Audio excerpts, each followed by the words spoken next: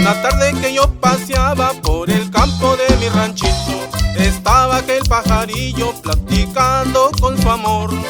Yo me acerqué y le dije: qué bonitos se ven los dos, qué bonitos colores resplandecen esa pasión.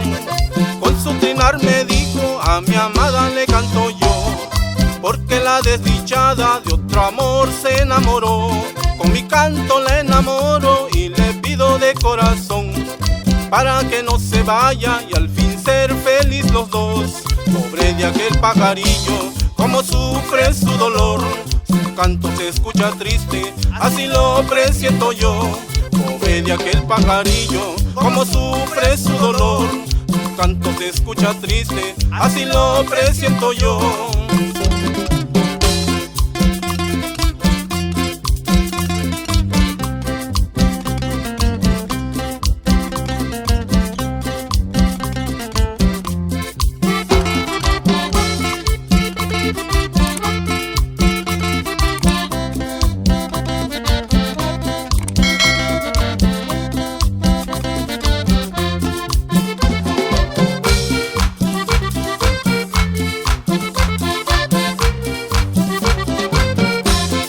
Con su trinar me dijo: a mi amada le canto yo, porque la desdichada de otro amor se enamoró. Con mi canto la enamoro y le pido de corazón, para que no se vaya y al fin ser feliz los dos.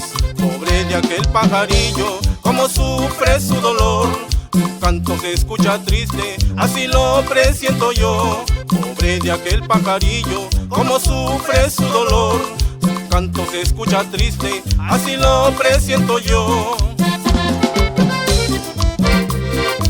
Ay, qué dolor, pobre pajarillo, cómo sufre. ¡Hey! Sabor.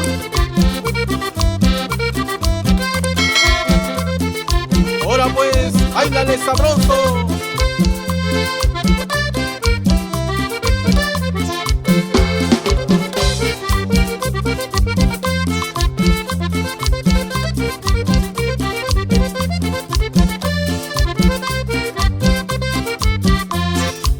De aquel pajarillo, cómo sufre su dolor, su canto se escucha triste, así lo presiento yo.